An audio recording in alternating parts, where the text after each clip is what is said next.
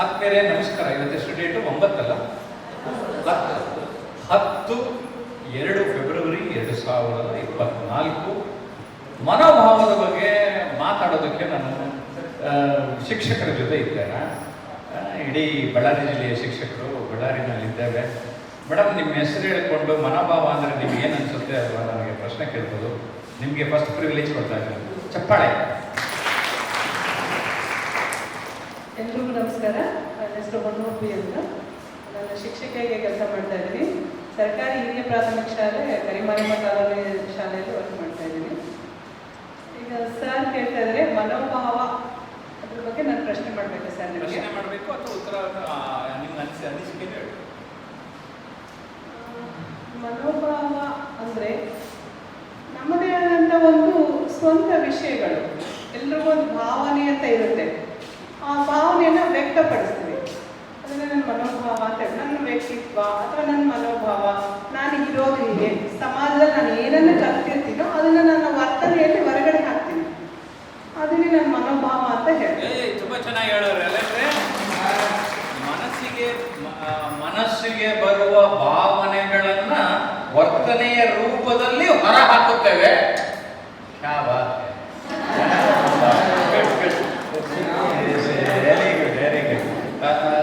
ಸೀದಾ ಏನಂತಾರೆ, ಹೃದಯಕ್ಕೆ ಕೈ ಹಾಕ್ತಾರೆ ಅಲ್ವಾ?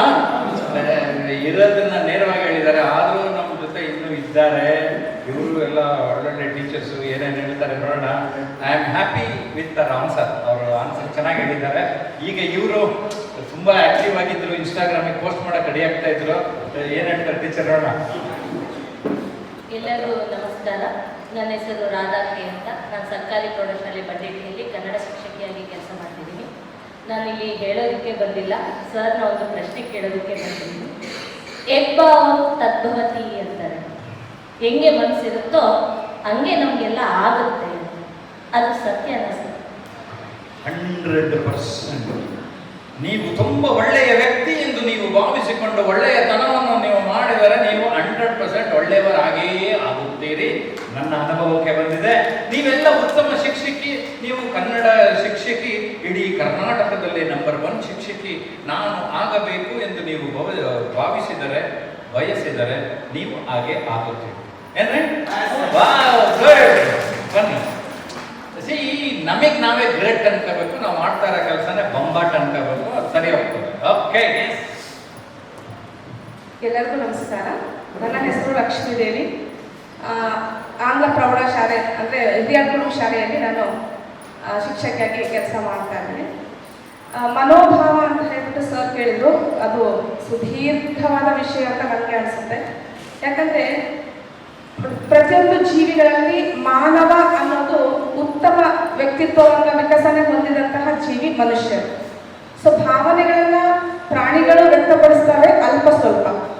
ಆದರೆ ವ್ಯಕ್ತಿಗಳು ಅಂದರೆ ಹ್ಯೂಮನ್ ಬೀಯಿಂಗ್ಸ್ ಏನಿದ್ದಾರೆ, ಆ ಮನೋಭಾವನೆಯನ್ನು ವ್ಯಕ್ತಪಡಿಸಲಿಕ್ಕೆ ಅಂತಾನೆ ಅವನಿಗೆ ವಿಶೇಷವಾದಂತಹ ದೇವರ ಒಂದು ವರಪ್ರಸಾದ ಅಂದರೆ ಮಾತಿನ ಮೂಲಕ ನಾವು ಅತ್ಯಂತ ಎಲ್ಲ ಭಾವನೆಗಳನ್ನ ವ್ಯಕ್ತಪಡಿಸಬಹುದು. ಹಾಗೂ ಸಾಂಕೇತಿಕ ರೂಪದಲ್ಲಿ ಕೂಡ ಕೆಲವೊಂದು ಭಾವನೆಗಳನ್ನ ವ್ಯಕ್ತಪಡಿಸಬಹುದು. ಈ ಒಂದು ಭಾವನೆಗಳನ್ನ ಹಿಡಿದುಕೊಂಡೇ ನಾವು ತರಗತಿಗಳಲ್ಲಿ ಮಕ್ಕಳ ಒಂದು ಸರ್ವತೋಮುಖವಾದಂತಹ ಅಭಿವೃದ್ಧಿಯನ್ನು ನಾವು ಹೇಳ್ಕೊಳ್ತೀವಿ, ಅದರಂತೆ ನಾವು ನಡ್ಕೊಳ್ತೀವಿ ಹಾಗೂ ಪಾಠ ಬೋಧನೆಯಿಂದ ಅವರನ್ನು ಯಶಸ್ಸಾಗಿ ಮಾಡ್ತೀವಿ.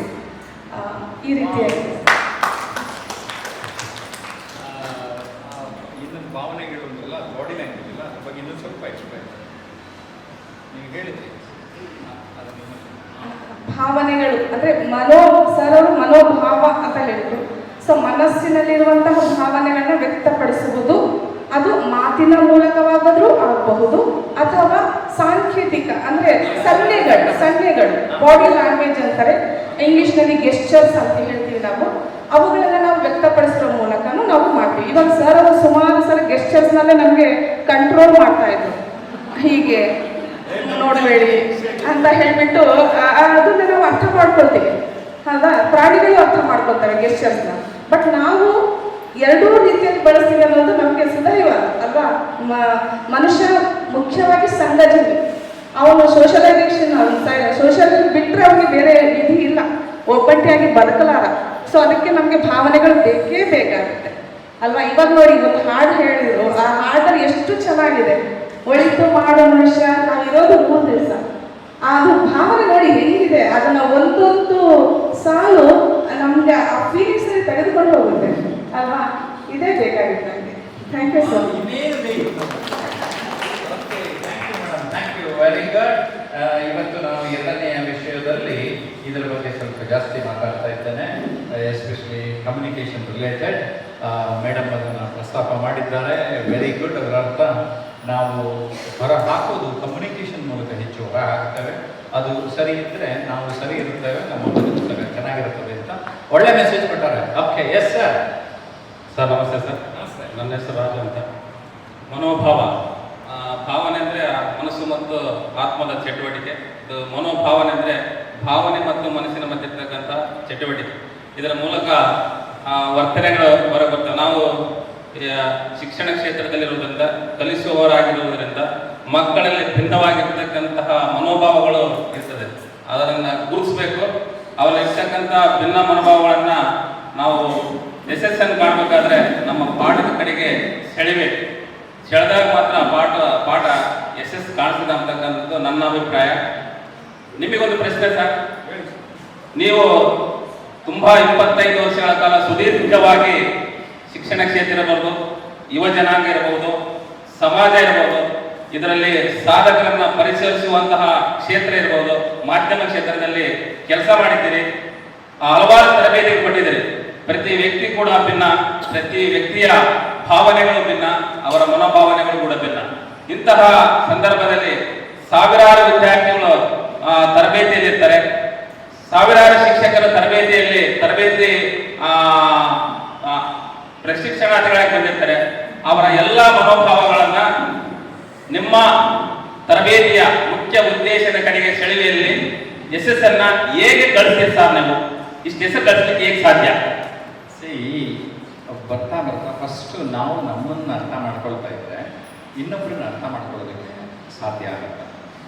ವಿದ್ಯಾರ್ಥಿಗಳ ಮನೋಭಾವ ಒಂದು ರೀತಿ ಇದ್ದರೆ ಶಿಕ್ಷಕರ ಮನೋಭಾವ ಒಂದು ರೀತಿ ಫಿಕ್ಸ್ ಆಗ್ತಾ ಇರುತ್ತೆ. ಅದನ್ನು ಮೈಂಡ್ ಸೆಟ್ ಅಂತ ಹೇಳ್ತಾರೆ. ಆ ಮೈಂಡನ್ನು ತರೋಕ್ಕೋಸ್ಕರನೇ ಹೊಲ ಉಳ್ಬೇಕಾದ್ರೆ ಅಲ್ಲಿ ಏನೋ ಮಾಡ್ತಾರೆ, ಆರಂಭದಲ್ಲಿ ಕಳೆ ಕೀಳ್ತಾರೆ. ಕರೆಕ್ಟಾ? ಆ ಕಳೆ ಇಲ್ಲಿ ಹಸನಾಗಿಸೋದಕ್ಕೆ ಆ ಕಳೆ ಕೇಳ್ತಾರೆ. ಇಲ್ಲಿ ನಾನು ಆ ಕಡೆ ಈ ಕಡೆ ನೋಡ್ತಾ ಇದ್ದವರು, ಆಕಳಿಸಿದವರು, ಮೊಬೈಲು ಇವೆಲ್ಲ ಸ್ವಲ್ಪ ಮಾತಾಡಿ ನನ್ನ ಜೊತೆ ಇರಿ ಅಂತ ಹೇಳ್ತಾನೆ ಬಂದೆ. ನಮ್ಮ ಜೊತೆ ಇರದಿದ್ದಾಗ, ಪಾಠ ಮಾಡಿದಾಗ ಆ ಪಾಠ ಅವರ ತಲೆಗೆ ಹೋಗುವುದೇ ಇಲ್ಲ. ಏಕೆಂದರೆ ಅವರು ನಮ್ಮ ಜೊತೆಯೇ ಇಲ್ಲ. ನಿಮ್ಗೆ ಆಶ್ಚರ್ಯ ಆಗ್ಬೋದು ಕೆಲವು ಸಾರಿ. ಈ ಕಳೆ ಕೀಳೋಕ್ಕೆ 45 ನಿಮಿಷ ತಗೊಂಡಿದ್ದರೆ 1 ಗಂಟೆಯ ಭಾಷಣದಲ್ಲಿ ಇನ್ನು 15 ನಿಮಿಷ ನನ್ನ ವಿಷಯ ಹೇಳಿದರು.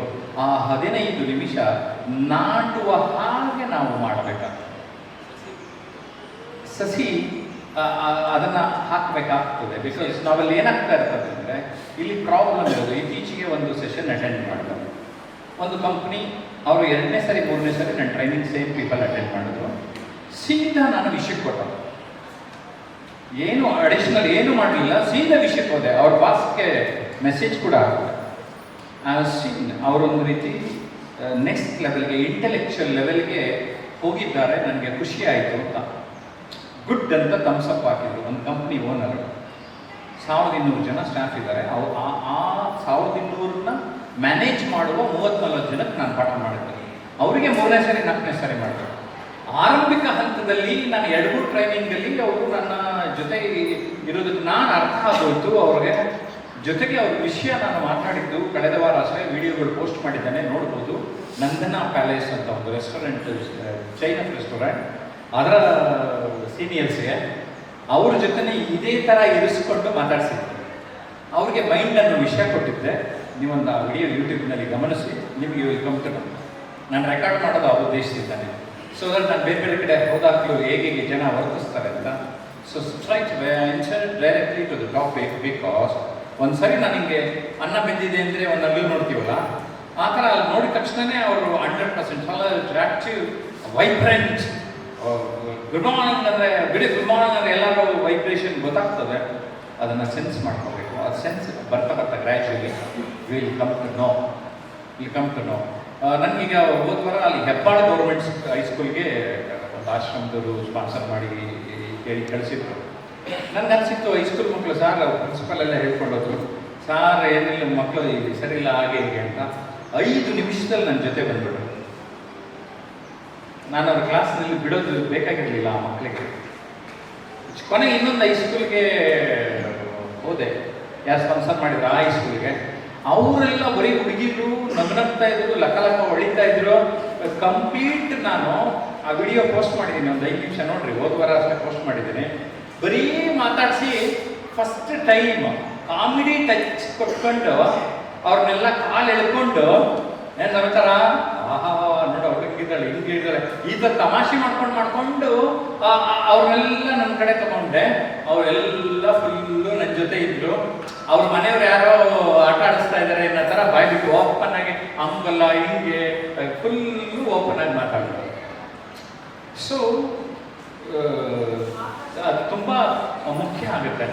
ನೆನ್ನೆ ನಿಮ್ಮ ಥರ ಒಬ್ರು ಮಾಸ್ಟರ್ನ ಹಾಸ್ಪಿಟಲ್ ಮಾತಾಡ್ಸಿದ್ದಕ್ಕೆ ಅವ್ರು ಏನು ಅನ್ಕೊಂಡ್ಬಿಟ್ರಂತೆ, ಓ ಇವ್ರು ಸ್ಟ್ರಿಕ್ಟಪ್ಪ, ನಾವು ಸರಿಯಾಗಿ ಕೂತ್ಕೋಬೇಕು, ಇದು ಮಾಡಬೇಕು.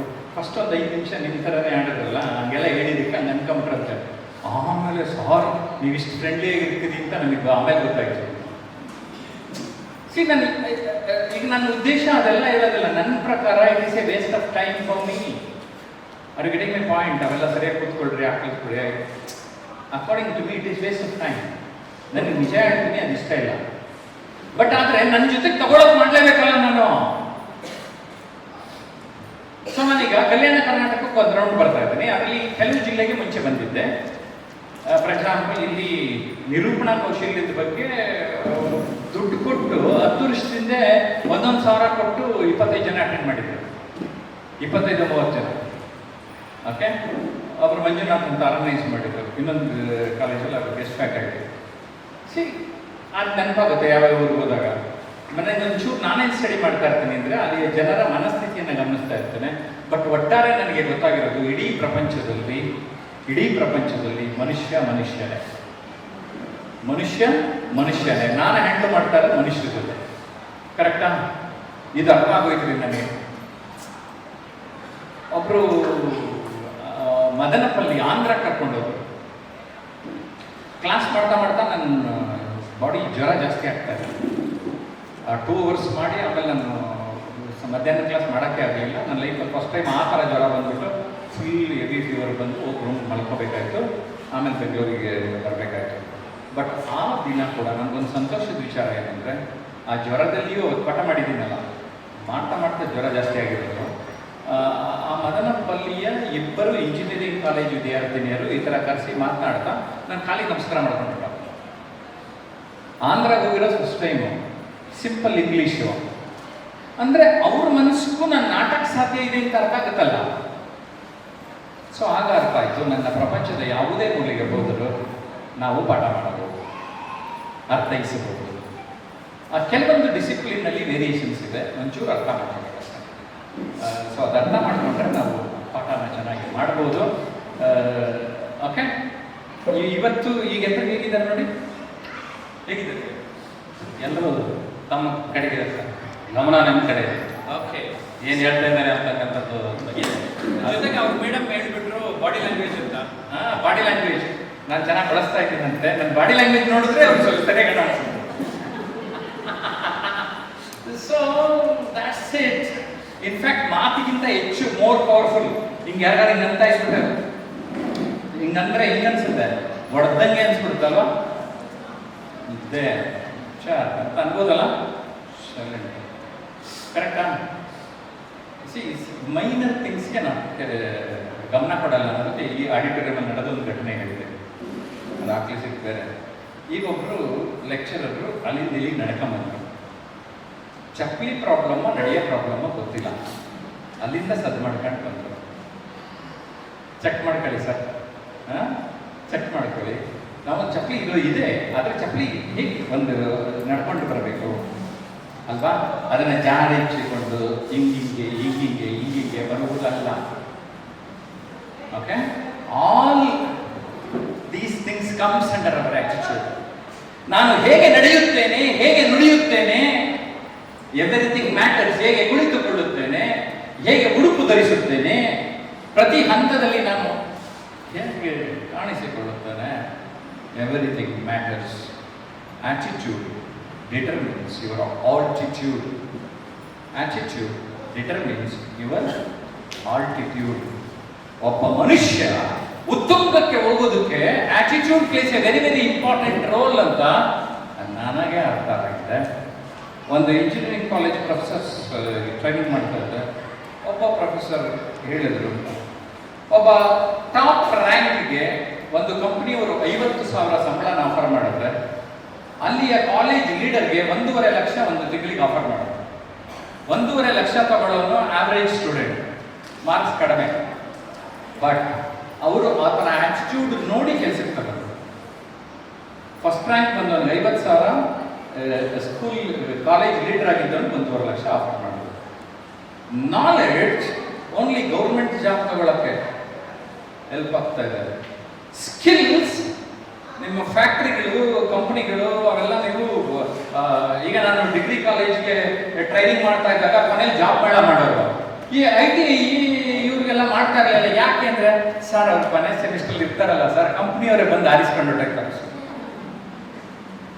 ಇವ್ರಿಗಿನ್ನ ಇನ್ನೊಂದು 2-3 ವರ್ಷ ಮಣ್ಣು ಹೊತ್ತಿರ್ತಾರೆ ಜಾಸ್ತಿ. ಇವ್ರಿಗೆ ಜಾಬ್ ಮೇಳ ಮಾಡ್ಕೊಂಡು ಕೊಡಿಸ್ಬೇಕು. ಅವಾಗ ಏನಾಯ್ತು, skill is more powerful than the knowledge. Skills are very very important. Even public speaking is a skill, teaching is a skill, dressing is a skill, cooking is a skill, driving is a skill. So ನಾವು ಬರೀ knowledge ಇಲ್ಲದೆ skills ಕಡೆಗೆ ಗಮನ ಕೊಡಬೇಕು. ಅದರ ಜೊತೆಗೆ ಇವೆರಡನ್ನೂ ಬಿಟ್ಟು ಆಟಿಟ್ಯೂಡ್ ಕಡೆಗೆ ಗಮನ ಕೊಟ್ಟ ವ್ಯಕ್ತಿಗಳೆಲ್ಲರೂ ಸಾಧಕರಾಗಿರುವುದನ್ನು ನಾನು ಗಮನಿಸಿದ್ದೇನೆ. ಹಾಗಾಗಿ ನಿಮ್ಮ ಒಂದು ಪಾಠದಲ್ಲಿ ಮತ್ತೊಂದರಲ್ಲಿ ನಿಮಗೆ ಅದರ ಗೈಡೆನ್ಸ್ ಸಿಕ್ಕಿಲ್ಲ ಅಂತ ಆ ವಿಷಯವನ್ನು ಮೊದಲನೇದಾಗಿ ಇಲ್ಲಿ ತೆಗೆದುಕೊಂಡಿದ್ದೇನೆ. ಯಾವಾಗ ನೀವು ಈ ಮನೋಭಾವದ ಕಡೆಗೆ ಗಮನ ಕೊಡುತ್ತೀರಿ, corporate world wants attitude. They won't look at your marks card. They will just check within 10 or 15 minutes into what type of a person you are, and they will offer according to that how much salary you want to get. That much of powerfulness is there for attitude. Attitude, ಮನೋಭಾವ, ಮನಸ್ಸಿನ ಭಾವನೆಗಳನ್ನು ಸರಿಯಾದ ದಾರಿಯಲ್ಲಿ, ಸರಿಯಾದ ದಿಕ್ಕಿನಲ್ಲಿ ತೆಗೆದುಕೊಂಡು ನಕಾರಾತ್ಮಕತೆ ಕಡೆಗೆ ತೆಗೆದುಕೊಂಡು ಹೋಗ್ತಿರೋ, ಸಕಾರಾತ್ಮಕತೆ ಕಡೆಗೆ ತೆಗೆದುಕೊಂಡು ಹೋಗ್ತಿರೋ ಅನ್ನೋದ್ರ ಮೇಲೆ ಡಿಪೆಂಡ್ ಆಗಿದೆ. ನೆಗೆಟಿವ್ ಬೇಡ, ನೆಗೆಟಿವ್ ಗೊತ್ತಿರಬೇಕು, ಪಾಸಿಟಿವ್ ಪಾಲಿಸಬೇಕು ಅಂತ ನಾನೊಂದು ವಾಕ್ಯ ಮಾಡಿದ್ದೆ. ನೆಗೆಟಿವ್ ಗೊತ್ತಿರಬೇಕು, ಇಲ್ಲದಿದ್ರೆ ನಮ್ಮನ್ನು ಅಮಾಯಕರನ್ನಾಗಿ ಮಾಡಿಬಿಡ್ತಾರೆ. ಬಟ್ ನಾನು ಫಾಲೋ ಮಾಡೋದು ಪಾಸಿಟಿವ್. ಹಿರೇಮಗಳೂರು ಕಣ್ಣನ್ ಮನಸ್ಸಲ್ಲಿ ಹೇಳ್ತಾ ಇದ್ರು, ನನಗೆ ಆತ್ಮೀಯರು, ಥಾಟ್ ಬರೋದು ಮೈಂಡ್ಗೆ, ಕರೆಕ್ಟಾ? ಈಗ ನನಗೆ ವೈನ್ ಸೆಂಟರ್ ಕಡೆಗೆ ಹೋಗ್ಬೇಕು ಅಂತ ಥಾಟ್ ಬಂತು ಅಂದರೆ ಅಲ್ಲೇ ಕಾಲು ಹಿಡಿಯಕ್ಕೆ ಶುರುವಾಯ್ತದೆ. ಯಾಕೆ? ವೈನ್ ಸೆಂಟರ್ ಇನ್ನು ಅಡಿಯ ಮುಂಚೆನೇ ಹೊಡೆದಂಗೆ ಆಡಕ್ಕೆ ಶುರು ಮಾಡ್ತಾರೆ ಅಲ್ವಾ? ಯಾಕೆ? ಥಾಟ್ ಬಂದಿದ್ದಲ್ಲಿ ವೈನ್ ಸೆಂಟರ್ ಸಾಧ್ಯ ಆದರೆ ಜುಬ್ಬಾಗಿಪ್ಪ ಬಿಳಿ ಬೆಟ್ಟ ತೆಗೆದುಕೊಂಡು ಹೀಗೆ ಸಾಧುವಾಗಿ ನಡೀತಾ ಇರ್ತೀವಿ. ಅಲ್ಲಿ ಹಿಡಿಯುತ್ತೆ ಕಾಲು, ಇಲ್ಲಿ ಸಾಧುವಾಗಿ ಏನು ಮೇಡಮ್ ಚೆನ್ನಾಗಿದ್ದೀರಾ ಅಂತ ಸಾಫ್ಟ್ ಆಗಿರುತ್ತೆ. ಇಲ್ಲಿ ಹೆಂಗಿದ್ಯಾ ಮಾತು ಕತೆ ಎಲ್ಲ ಚೇಂಜ್ ಆಗ್ತದೆ. ಬಟ್ ಮೂಲ ಹೇಗೆ? So this is a very very important factor. Mind your mind will mind you. ನೀವು ನಿಮ್ಮ ಮನಸ್ಸಿನ ಕಡೆಗೆ ಗಮನ ಕೊಡಿ, ಆ ಮನಸ್ಸು ನಿಮ್ಮ ಕಡೆಗೆ ಗಮನ ಕೊಡುತ್ತದೆ. Okay, so please focus on your mind. ಇಲ್ಲಿ ಟೈಮ್ಗೆ ಹಾಕೋತಿರ ಗೊತ್ತು, ಅದನ್ನು ನಾನು ನಿಮಗೆ 5 ಗಂಟೆವರೆಗೂ ನನ್ನ ಜವಾಬ್ದಾರಿ ಇರೋದನ್ನ ಏನೋ ಒಂದು ಅಡಿಷ್ನಲ್ ಆಗಿ ಪಾಪ ಅವರನ್ನು ಟೀಚರ್ಸ್ ಪಾಪ ಹೆಂಗಿರ್ತಾರೆ ಅಂತ ಹೇಳಿದ್ದಕ್ಕೆ ಈಸಿಯಾಗಿ ಒಪ್ಕೊಂಡ್ರು. ಸೊ ಯಾಕೆ ಆ ಸಬ್ಮಿಷನ್ ಆಟಿಟ್ಯೂಡ್ ಇದೆ. ವೈ ನಮ್ಗೆ ಯಾಕೆ ಇಲ್ಲ? ನೀವು ಚೆಕ್ ಮಾಡ್ಕೊಳ್ಳಿ, ಚೆಕ್ ಮಾಡ್ಕೊಳ್ಳಿ. ಅರ್ಥ ಆಗ್ತಾ ಇದೆಯಾ? ಸೊ ಅದಕ್ಕೆ 35 ಪಾಯಿಂಟ್ ಹೇಳಿದ್ದಲ್ಲಿ ನಾವು ಒಂದು ಸ್ವಲ್ಪ ಎಕ್ಸ್ಟ್ರಾ ಒಂಚೂರು ನನ್ನ ಜೇಬಿಂದ ಬಿಚ್ಚಕ್ಕೆ ಯೋಚನೆ ಮಾಡ್ತೀವಿ, ಒಂದು ಸ್ವಲ್ಪ ಎಕ್ಸ್ಟ್ರಾ ಮಾಡೋಕ್ಕೆ ಯೋಚನೆ ಮಾಡ್ತೀವಿ. ಸೊ ಆರ್ಡಿನರಿ ಟು ಎಕ್ಸ್ಟ್ರಾರ್ಡಿನರಿ ಅಂತ ಒಂದು ಪಾಯಿಂಟ್ ಇತ್ತು. ಆರ್ಡಿನರಿಯೇ ಹಿಂದೆ ಎಕ್ಸ್ಟ್ರಾ ಆ್ಯಡ್ ಮಾಡಿದ್ರೆ, just add extra before ordinary, you are going to become an extraordinary person. ನಾನು ಬೆಳಿಗ್ಗೆ ಒಂದು 5 ನಿಮಿಷ ಇದನ್ನು ಬಿಚ್ಚಿಕೊಂಡು ನೋಡಿದೆ ಮಿರರ್ ಮುಂದೆ. ಬರೀ ಶರ್ಟು ಚೆನ್ನಾಗಿತ್ತು, ತುಂಬ ಶೆಕೆ ಆದರೆ ಬಿಚ್ಚಿ ಹಾಕಿದ್ರೆ ಹಾಕೊಳ್ಳೋಣ ಅಂತ ಹಾಕೊಂಡೆ. ಮಿರರ್ ಮುಂದೆ ನೋಡ್ಕೊಂಡೆ, ಇದು ಎಕ್ಸ್ಟ್ರಾ. ಬಳ್ಳಾರಿಗೆ ಬೇಕಿಲ್ಲ, ನನ್ನ ಕ್ಯಾಮ್ರಾಗೆ ಯೂಟ್ಯೂಬ್ಗೆ ಬೇಕು. ಸೊ ಎಲ್ಲ ಒಂದು ಕಾಂಪ್ರಮೈಸ್ ಆಗಬೇಕು. ಬಟ್ ನಾನು ಬರೀ ಶರ್ಟ್ಗಿನ್ನ ಇದರಲ್ಲಿ ಒಂಚೂರು ಡಿಫ್ರೆಂಟ್ ಆಗಿ ಕಾಣಿಸ್ತೀನಿ. ಯಾಕೆ ನೀವು ಯಾರು ಹಾಕಿಲ್ಲ? ನೀವು ಎಲ್ಲ ಇದೇ ಹಾಕೊಂಡ್ಬಂದಿದ್ರೆ ನಂದೇನು ಡಿಫ್ರೆನ್ಸ್ ಅನ್ನಿಸ್ತಿರ್ಲಿಲ್ಲ. ಸೊ ವಿಭಿನ್ನ, difference, only a small thing. Seriously sir, 5 ನಿಮಿಷ ಯೋಚನೆ ಮಾಡಿದ್ದೀನಿ, ಇವತ್ತು ಬಳ್ಳಾರಿಗೆ ಬೇಕಾ ಬೇಡ, ಬಟ್ ಹಾಕೊಂಡೆ. Let me take a risk. ಅಲ್ಲಿ ರಿಸ್ಕು, ಸಣ್ಣ ರಿಸ್ಕು, ಒಂದು ಸ್ವಲ್ಪ ಶೆಕೆ ಜಾಸ್ತಿ ಆಗ್ಬೋದು, ಒಂದು ಸ್ವಲ್ಪ yes let me manage. So have managed. ತುಂಬ ಜಾಸ್ತಿ ಶೆಕೆ ಆಗೋಗಿದ್ರೆ ಇನ್ನೊಂದು ತಿಂಗಳು ಬಿಟ್ಟು ಬಂದಿದ್ದಿದ್ರೆ ಇದು ಆಗ್ತಿರ್ಲಿಲ್ಲ. ಸ್ವಲ್ಪ ಇನ್ನೂ ಆರಂಭ ನಡೀತದೆ, ಚಾಲ್ತಾ ಇದೆ. ಓಕೆ, ನಾನು ಎಲ್ಲ ಕಡೆ ಒಂದೇ ಥರ ಎಕ್ಸ್ಪೆಕ್ಟ್ ಮಾಡಿದ್ರೆ ಸಾಧ್ಯನಾ? ನಾನು ಹೈ ಕ್ಲಾಸ್, ಇಂಟರ್ನ್ಯಾಷನಲಿ ಅಕ್ಲೈನ್ಡ್ ದೊಡ್ಡ ಕಂಪ್ನಿ ಆಡಿಟೋರಿಯಂ ಮೇಲೆ ಸ್ಟೇಜ್ನಲ್ಲಿ ಅವರ ಮೈಕ್ಗಳು ಈ ಥರ ದಾರನೂ ಇರೋದಿಲ್ಲ, ಎಲ್ಲ ಫ್ರೀ ಆಗಿದೆ, 2 ಕೈ ಫ್ರೀ ಆಗಿರ್ತವೆ. ಅಂಥ ಆಡಿಟೋರಿಯಂನಲ್ಲಿಯೂ ಮಾಡ್ತೇನೆ. ಆದರೆ ನಾನು ಹಾಗೆ ಇರಬೇಕು ಅಂತ ಇಲ್ಲಿ ಎಕ್ಸ್ಪೆಕ್ಟ್ ಮಾಡಕ್ಕೆ ಹೋದ್ರೆ ಇದು ಮನೋಭಾವ. ಇಲ್ಲಿ ನಾನು ಇಂಪಾರ್ಟೆಂಟೇ ಹೊರತು ಆಡಿಟೋರಿಯಂ ಅಲ್ಲ. ಅರ್ಥ ಆಯ್ತಾ? ಈಗ ನನಗೇನು ಬೇಕಾಗಿತ್ತು? ಬೇಸಿಕ್ಸ್ ಬೇಕಾಗಿತ್ತು. ಈಗ ಅಕಸ್ಮಾತ್ ಇದು ಕೈ ಕೊಟ್ಟಿತ್ತು ಅಂದ್ರೂ ರೆಡಿ. ಇನ್ನೊಂದು ಸ್ವಲ್ಪ ನಿಮ್ಗೆ ಜಾಸ್ತಿ ಮಾತಾಡಿಸ್ತಾ ಇದ್ದೆ ಅಷ್ಟೇ. ಸರಿ ಹೋಯ್ತಾ? ವಾವ್, ರೆಡಿ ಟು ವಿಶ್ ಇಲ್ವಾ? No problem. ನಮ್ಗೇನಾಗೋಗಿದೆ ಲೈಫಲ್ಲಿ ಒಂಚೂರು ಅದನ್ನು ಎಕ್ಸ್ಪೆಕ್ಟ್ ಮಾಡೋದನ್ನು ಸಿಗಲಿಲ್ಲ ಅಂದರೆ ನನ್ನ ಜೀವನನೇ ಸರಿ ಇಲ್ಲ, ನನ್ನ ಹಣ ಬರನೇ ಸರಿ ಇಲ್ಲ, ಅವನು ಬ್ರಹ್ಮ ಸರಿಯಾಗಿ ಕೆತ್ತಲಿಲ್ಲ.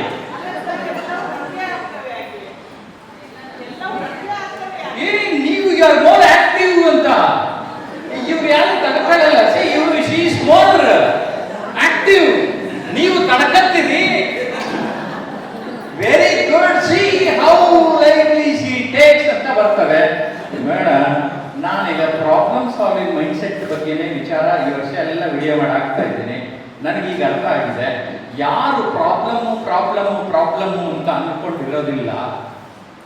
ಓಕೆ, ಪ್ರಾಬ್ಲಮ್ ಯಾಕಿದೆ ಅಂದರೆ ನೀವು ನನಗೆ ಪ್ರಾಬ್ಲಮ್ ಇದೆ ಅಂದ್ಕೊಂಡಿದ್ದೀರಾ, ಅದಿದೆ. ಇವತ್ತಿಂದ ಹೇಳ್ತಾ ಇದ್ದೀನಿ ಕೇಳಿ, ನನ್ನ ಹತ್ರ ಪ್ರಾಬ್ಲಮ್ ಇದೆ. ಓಕೆ, ಈಗ ಇರಲಿ ಪಡಿ, ಇದು ಪ್ರಾಬ್ಲಮ್. ಒಂದು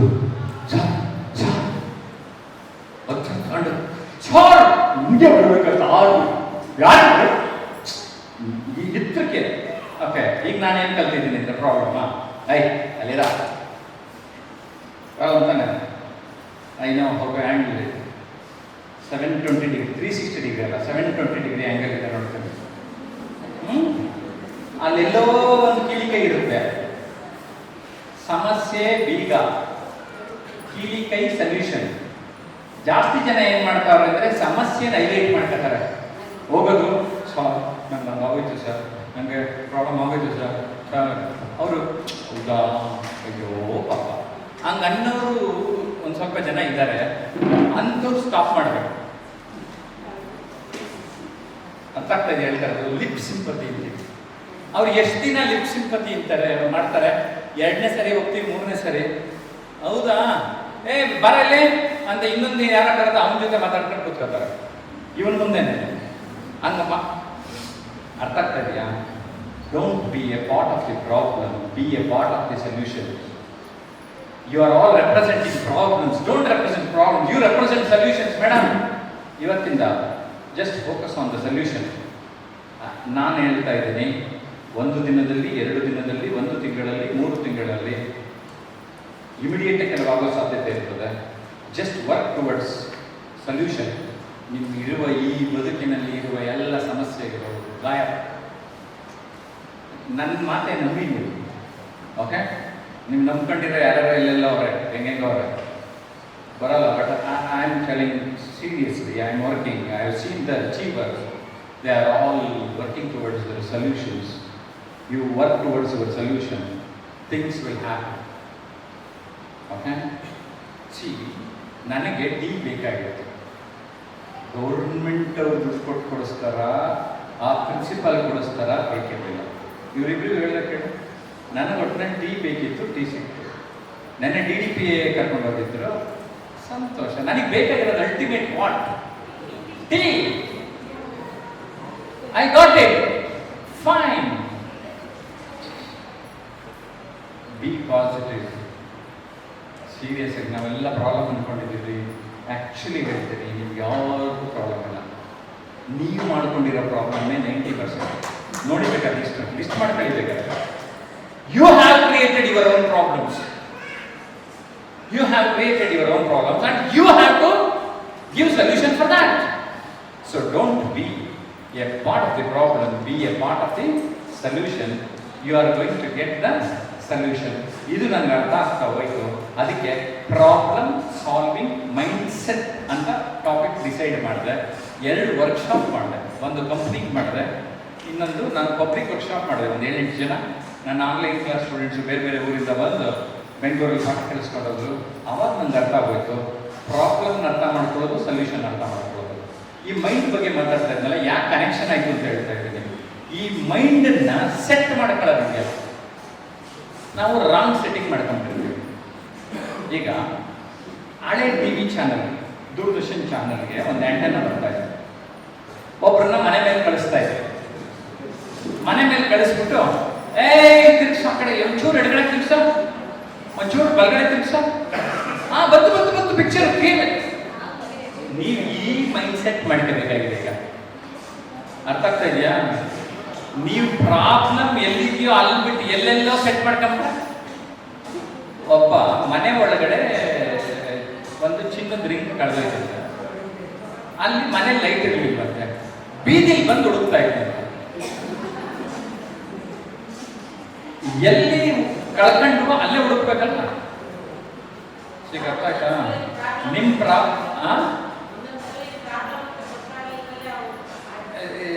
ಆಮೇಲೆ ಎಂತ ಮಾಡೋಣ, ಪ್ರಾಬ್ಲಮ್ ಅಂತ ಗೊತ್ತಾಗ್ತದೆ, ಹೆಂಗ್ ಕಂಡಿಡ್ಕೊಳ್ಳೋದು ಆರಾಮಾಗಿದೆ. ಆಕ್ಚುಲಿ ಬುದ್ಧಿವಂತರಿಗಿಂತ ದಡ್ರೆ ಆರಾಮಾಗಿರೋದು. ಯಾಕೆಂದ್ರೆ ಅವ್ರು ಗೊತ್ತೇ ಇಲ್ಲ ಮುಂದೆ